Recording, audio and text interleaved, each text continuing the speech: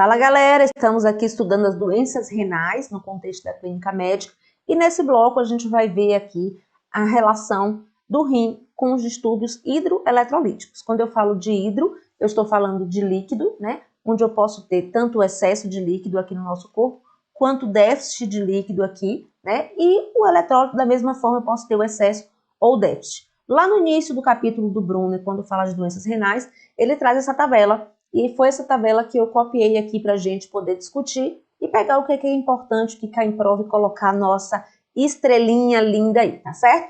Então vamos aqui para a primeira tabela, porque nós vamos falar de várias. A primeira delas nós vamos falar do déficit de volume de líquido ou excesso de volume de líquido, tá? São dois problemas aí associados que a função renal pode estar contribuindo, tá? Principalmente o excesso de volume de líquido quando o rim tem aí uma dificuldade de eliminar a urina e dessa forma acaba gerando esse edema no nosso corpo, tá? O déficit de volume de líquido, ele é aqui manifesto quando ocorre uma perda de peso aguda maior ou igual a 5%, diminuição do turgor da pele, mucosas secas, oligúria ou anúria, aumento do hematócrito, do nível de ureia, desproporcionalmente e aumentado em relação ao nível de creatinina e pode gerar também hipotermia. Quando que eu vou ter um déficit de volume de líquido, gente? Quando o paciente tem uma insuficiência pré-renal aguda, tá certo? Por deficiência de volume, tá? Vamos dizer, o paciente está com uma síndrome hemorrágica, né? Tá ali sangrando muito, ou o paciente está vomitando e com diarreia muito forte. Isso vai diminuir o volume de líquido no corpo como um todo. Isso vai ter impacto no rim? Vai, porque o rim é o órgão mais bonzinho que existe para todo mundo. Por quê? Porque ele diz assim, olha, não precisa de líquido aqui não, vai lá, deixa o líquido lá para o coração, para o cérebro, né? Eu sou muito bonzinho. Então ele vai fechar aqui as arteríolas dele e vai deixar ele prejudicado ali sem sangue para poder salvar o coração e o cérebro, tá? E com isso o rim acaba sendo prejudicado e pode gerar uma necrose tubular por falta de sangue suficiente, no caso aí do paciente, por exemplo, com choque séptico ou com uma hemorragia aqui associada, né? Ou aqui com diarreia, vômito. Então esses problemas aí conectados pode gerar alteração em relação ao volume de líquido, tá? No contexto do choque séptico especificamente, tem duas fases, ele é bem mais complexo no contexto de alterações aí no choque séptico. Vamos aqui guardar os exemplos do déficit de volume de líquido associado com hemorragias, vômitos e aqui diarreia intensa, gerando aí uma queda desse fluxo sanguíneo para o rim, tá? Que vai se comprometer para poder deixar os outros órgãos mais nobres receber esse sangue, tá certo? Então ele vai ficar prejudicado. E aí como que eu vou tratar a reposição de líquido por via oral ou parenteral? Esse déficit de volume de líquido, inclusive, é causa de insuficiência renal de motivo pré-renal, ou seja, o volume que está prejudicado para causar aqui a alteração da função renal, tá certo? O outro lado é o excesso de volume de líquido, onde eu tenho aqui a deficiência desse rim em liberar aqui a urina adequadamente. E então ela vai ficar acumulada, o líquido aqui no nosso corpo. Então qual é a manifestação clínica? Ganho de peso agudo, maior que 5%. A gente viu lá no bloco inicial que um indicador e marcador importante para excesso de volume de líquido é aqui o peso do paciente, né? Porque a retenção de água aumenta rapidamente aqui esse peso, tá? Estertores, falta de ar, diminuição da ureia e do hematócrito, distensão das veias do pescoço, tá? No caso aqui, em relação à ureia especificamente, ela pode estar diluída pelo líquido que está sendo acumulado, tá? Mas se a causa for desse excesso de volume de líquido uma insuficiência renal, essa ureia vai ficar aumentada no contexto aí da dificuldade do rim liberar essa ureia, tá? Depende aí da causa do excesso de volume de líquido, ok?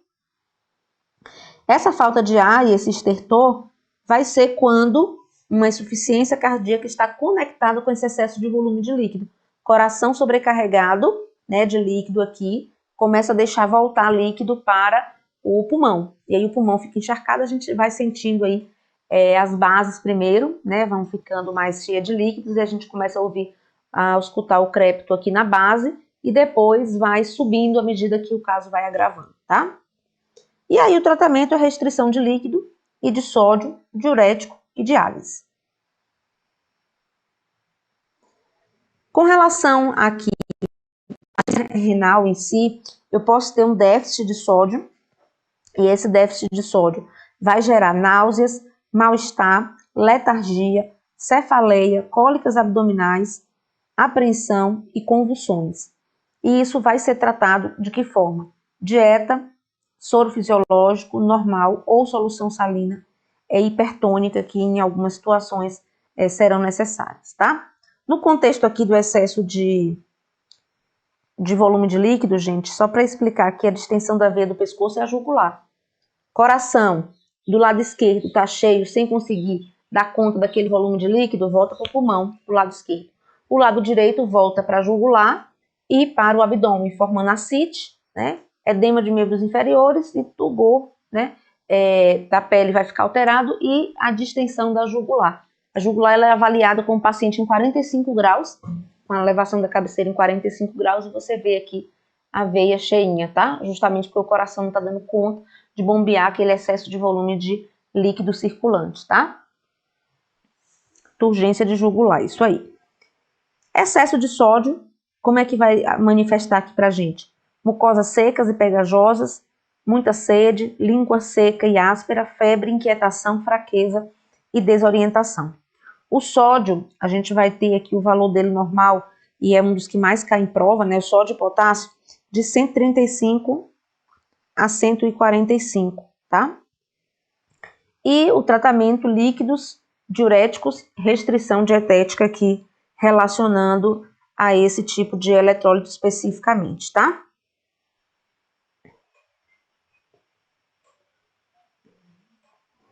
Essa parte do sódio, gente, falar em sódio e potássio, são os dois eletrólitos mais relevantes aí pra gente, que a gente tem que ter cuidado com relação a eles, tá? O potássio é o segundo eletrólito que a gente vai trabalhar aqui, também de grande importância, tá? É um dos mais importantes aqui pra gente é esse. Onde eu vou ter aqui, ó, manifestações, anorexia, distensão abdominal, o déficit, né? Ilho paralítico, fraqueza muscular, alterações no ECG e arritmias.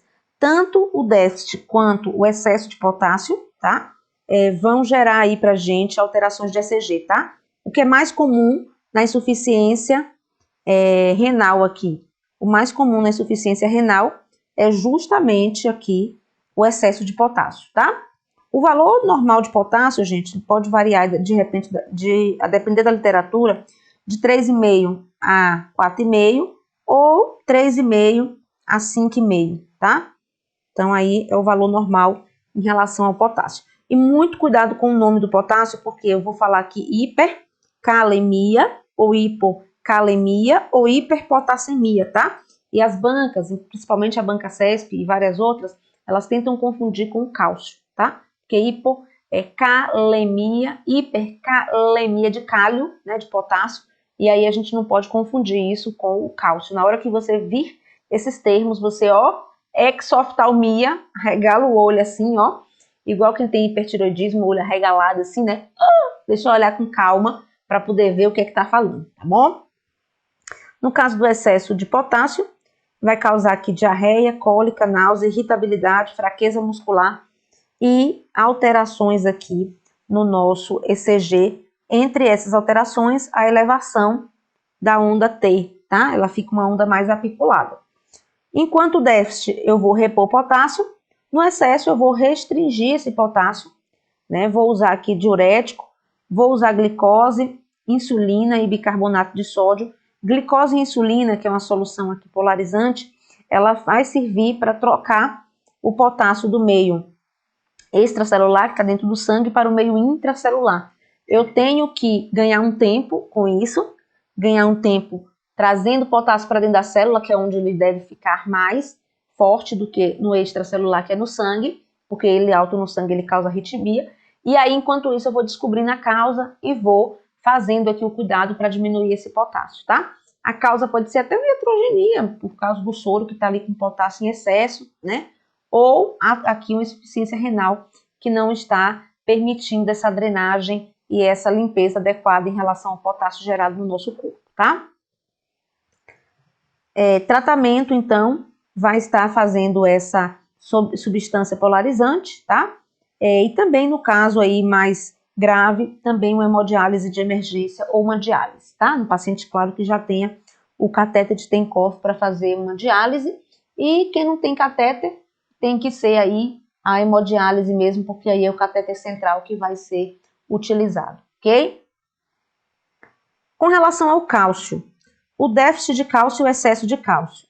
O déficit vai gerar aqui, ó, cólicas abdominais, musculares, estridor, espasmo carpopedal, reflexo hiperativos, tetania. Essa tetania, que é aqui uma contração muscular exagerada, ela gera dois sinais, de Chvostek e Trousseau. Deixa eu te mostrar logo esses sinais aqui, como é esse sinal de Chvostek, né? A gente faz uma percussão no nervo facial e aí a gente vai ter, né, uma alteração em relação a uma contração dos músculos perilabiais do mesmo lado, tá? Então é pesquisado pela percussão do nervo facial em seu trajeto anteriormente ao pavilhão auricular, sendo que nos casos de hipocalcemia, observe-se uma contração dos músculos perilabiais do mesmo lado, tá? Então, déficit de cálcio pode gerar isso. E também o sinal de Trousseau, que é o quê? É mais específico e consiste na observação de uma contração generalizada dos músculos do antebraço, com flexão do punho ou sinal de mão em parteiro, após a aplicação do esfigmomanômetro de pressão cerca de 20 milímetros de mercúrio acima da sistólica por 3 minutos, tá? Então, você faz ali a sistólica do paciente e coloca mais 20, espera 3 minutos e vê se vai ter essa contração, tá? Para você diferenciar em relação a esses dois, você vai fazer o seguinte, Trousseau, você vai lembrar de tensiômetro, tá? Que é o teste do tensiômetro, tá? E Chvostek é o teste do nervo facial. Os dois aí associados ao déficit de cálcio, tá? Com relação ao cálcio, a gente tem aqui valores em milha equivalente e em valores em outra unidade aqui, que é o ml, né? Milha equivalente em ml, tá? Em relação aqui ao cálcio, eu vou ter o valor de 4,5 a 5,5, tá? Em milha equivalente. E em ml eu vou ter de 9 a 10,5 aqui nos exames laboratoriais. Essa última medida é o que aparece, tá? E aqui, no caso de déficit de cálcio, o que é que eu vou fazer? Repor esse cálcio, tá? Dieta, reposição de sal de cálcio por via oral ou parenteral. No caso do excesso de cálcio, né, eu vou ter aqui como sintomas dor óssea profunda, dor no flanco, fraqueza muscular, reflexo tendíneo profundo, deprimido, constipação, náusea, vômito, confusão, comprometimento da memória, poliúria, polidipsia, alterações no eletro.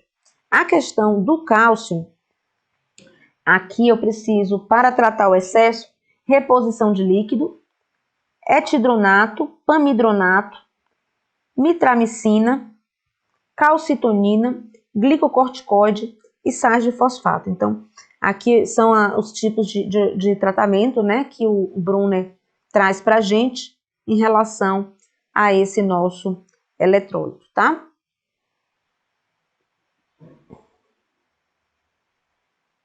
E claro que eu preciso tratar a causa, né? O que está gerando esse excesso de cálcio, né? E isso que precisa ser tratado.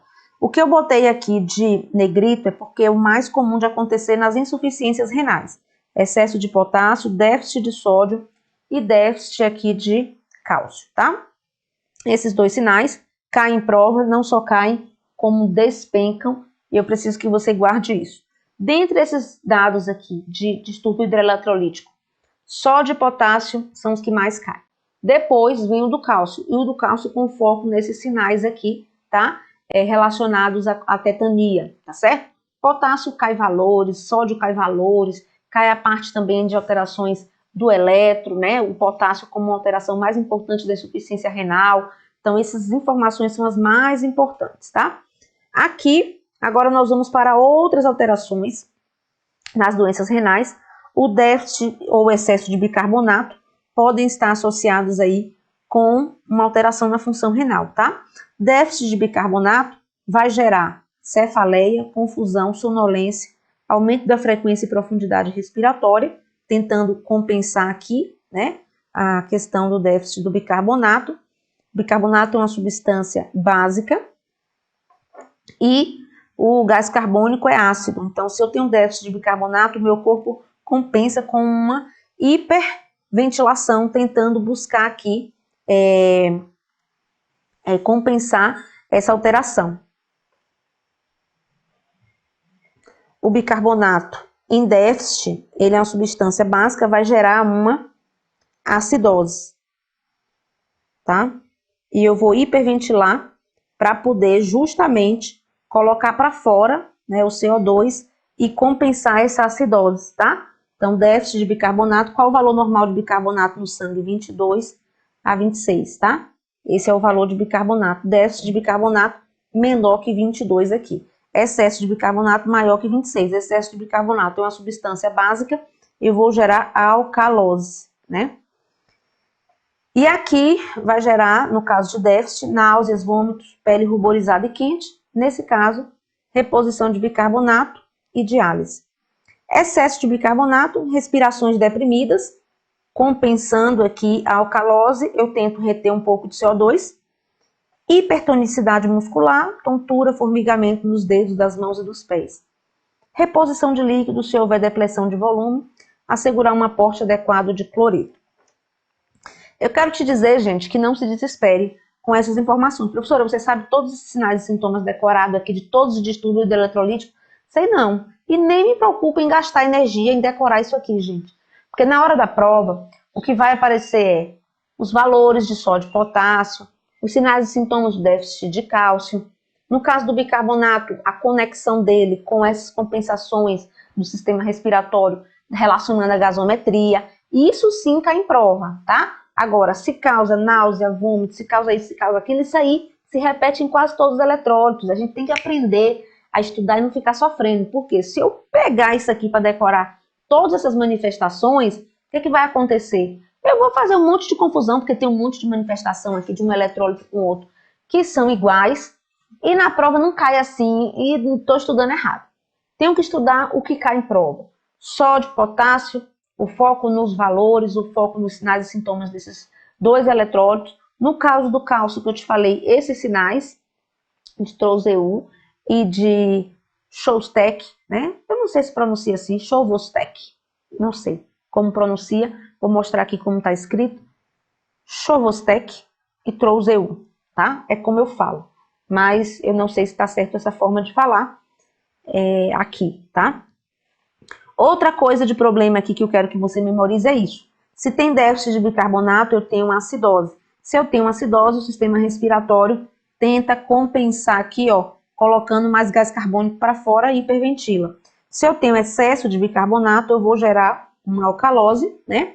E aí eu vou justamente ter aqui respirações deprimidas para reter um pouco de CO2 e tentar compensar. Déficit de proteína, perda de peso crônica, depressão emocional, palidez, fadiga, músculos flácidos e moles. E aí pode fazer dieta, suplemento nutricional, hiperalimentação, fornecer albumina. Mas no caso aqui, relacionando aqui a insuficiência renal, a proteína a gente vai ter que ver direitinho, né, qual é o problema renal específico, porque tem problema renal que a gente tem que limitar aqui a ingesta de proteína, tá? Para justamente não gerar mais substância nitrogenada aí, principalmente na insuficiência renal, tá? Déficit de magnésio. Déficit e excesso aqui de magnésio. O magnésio vai estar normal de 1,5 a 2,5.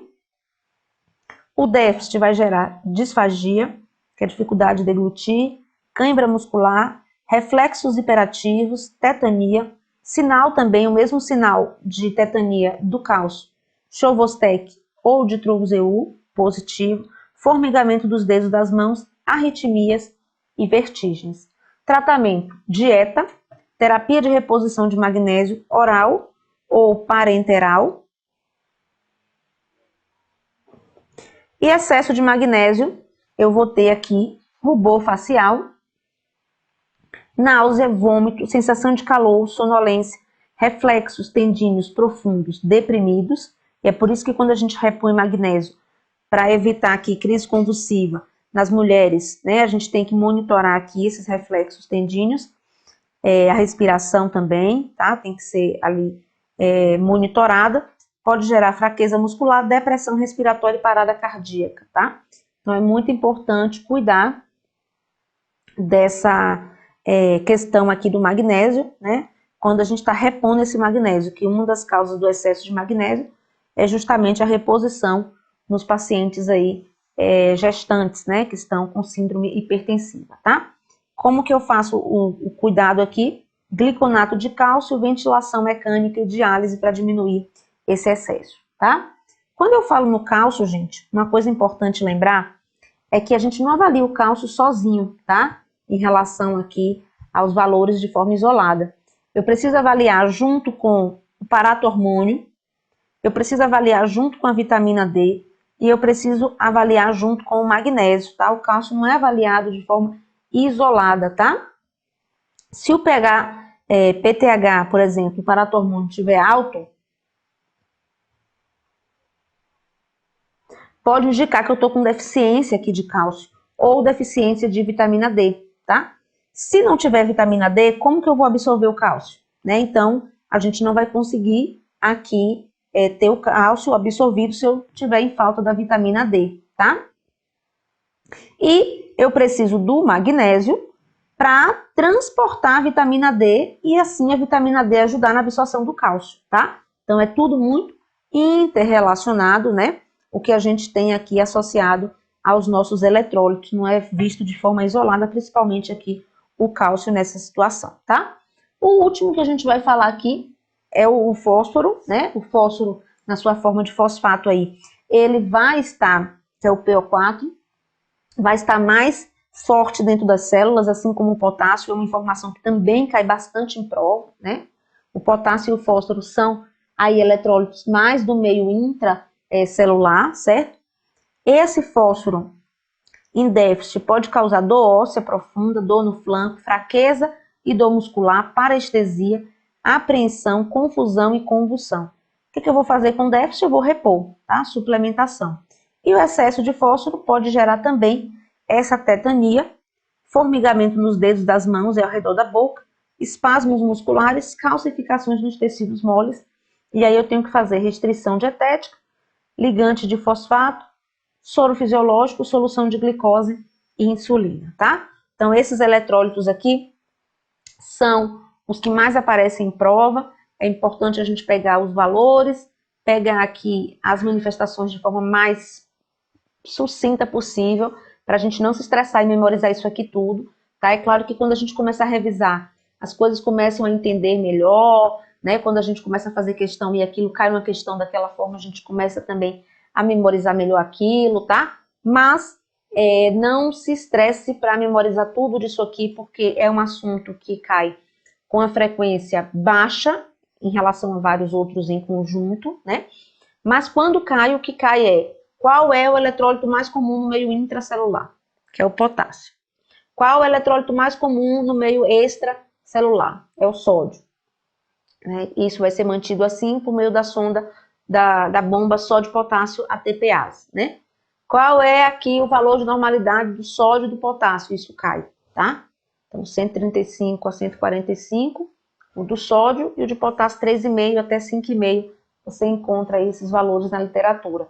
Então, isso é importante para a gente, tá? E o potássio aumentando aqui a onda T em relação ao eletrólito, ele também pode alargar o QRS no estágio mais grave aí, antes de evoluir para uma parada cardíaca, tá? Então, essas informações são as mais importantes relacionadas aos distúrbios hidroeletrolíticos. Não fique buscando aí informações exageradas nesse assunto e deixando de estudar outros assuntos que são mais importantes, como, por exemplo, o próximo que a gente vai falar, que é a insuficiência renal. Esse aí despenca em todos os aspectos e a gente vai ver isso no próximo bloco. Vamos ligar o turbo e vamos juntos.